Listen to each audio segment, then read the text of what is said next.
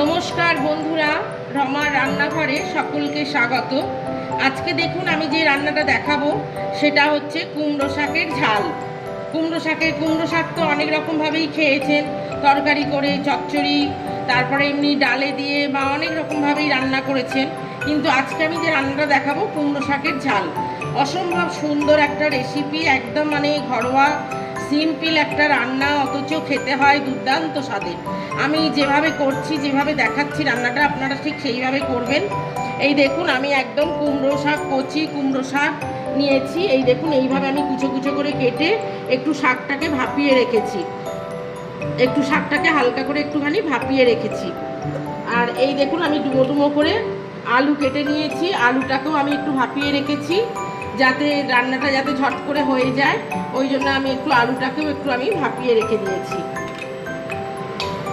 আর এখানে দেখুন সর্ষের গুঁড়ো যেটা পাওয়া যায়, ওই সর্ষের গুঁড়ো আমি 2 চামচ মতন জলে গুলে এর মধ্যে একটু নুন দিয়েছি, 1 ফোঁটা হলুদ দিয়েছি, আর একটু ঝাল লঙ্কার গুঁড়ো দিয়েছি।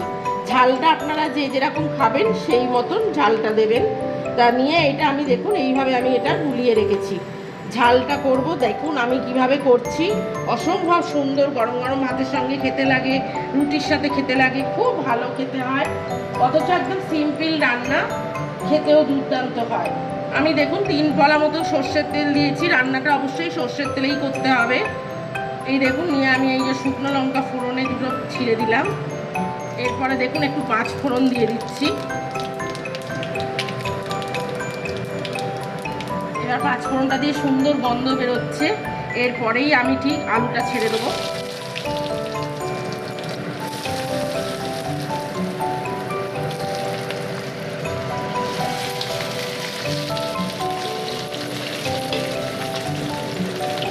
আলুটা দেখুন আমি এইভাবে একটু নাড়াচাড়া করে নেব, নিয়েই এরপর আমি কুমড়ো শাকটা দিয়ে দিচ্ছি। আমি ঠিক যেভাবে দেখাচ্ছি, যেভাবে করছি, আপনারা ঠিক এইভাবে করুন, করে খান, কেমন লাগে আমাকে জানাবেন। আমার চ্যানেলটাকে লাইক করবেন, শেয়ার করবেন, সাবস্ক্রাইব করবেন, আর পাশে বেল আইকনটা ক্লিক করে দেবেন যাতে আমি যে কোনো রান্না ছাড়লেই আপনারা যাতে সহজেই পেয়ে যান। এই যে দেখুন বন্ধুরা, কুমড়ো শাকটা আমি এইভাবে দিয়ে দিলাম। এবার একটু নাড়াচাড়া করে নেব। অসম্ভব সুন্দর খেতে লাগে,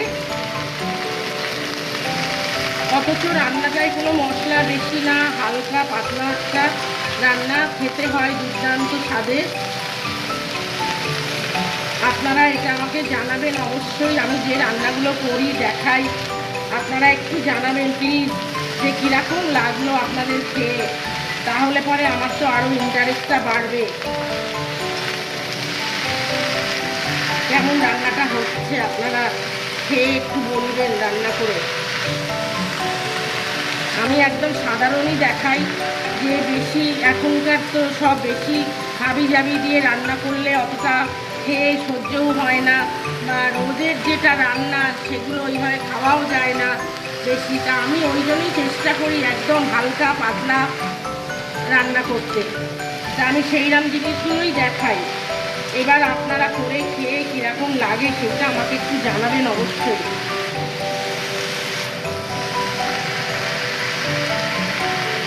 দেখুন বন্ধুরা, এইবার আমি এর মধ্যে একটু অল্প করে নুন দিয়ে দিচ্ছি, কেন যেহেতু আমি সর্ষের ওইটা গুঁড়োটার মধ্যে নুন দিয়েছি, ওই জন্য আমি অল্প করে নুন দিলাম। হলুদ গুঁড়ো অল্প করে দিচ্ছি, কেন যেহেতু ওতেও একটু হলুদ দেওয়া আছে।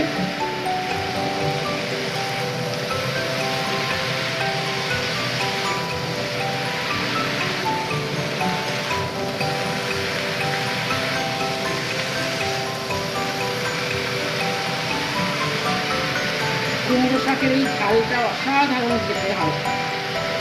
এইবার দেখুন আমি এর মধ্যে এটা সর্ষের গোলাটা দিয়ে দিলাম। একটু বাটিটা ধুয়ে একটু অল্প করে জল দেব।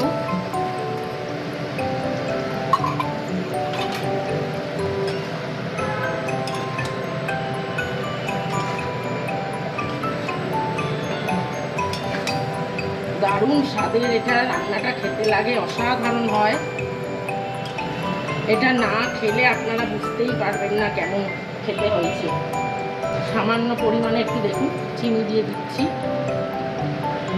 ব্যাস, এতে আর কিচ্ছু দেওয়ার নেই।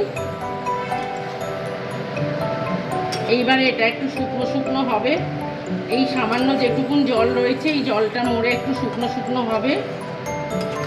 এই যে দেখুন বন্ধুরা, এটা আমার একদম জলটা শুকিয়ে গেছে, শুকনো শুকনো মতন হয়ে গেছে,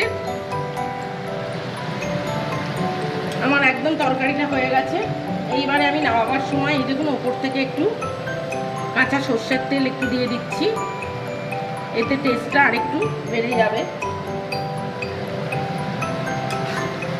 ব্যাস দেখুন আমার এই রান্নাটা হয়ে গেল।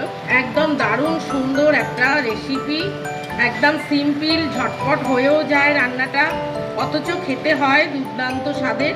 আমি ঠিক যেভাবে করলাম আপনারা ঠিক এইভাবে করুন, করে খান, কেমন লাগে আমায় জানাবেন। আমার চ্যানেলটাকে লাইক করবেন, শেয়ার করবেন, সাবস্ক্রাইব করবেন, পাশে বেল আইকনটা ক্লিক করে দেবেন। আজ তাহলে এই পর্যন্ত, নমস্কার।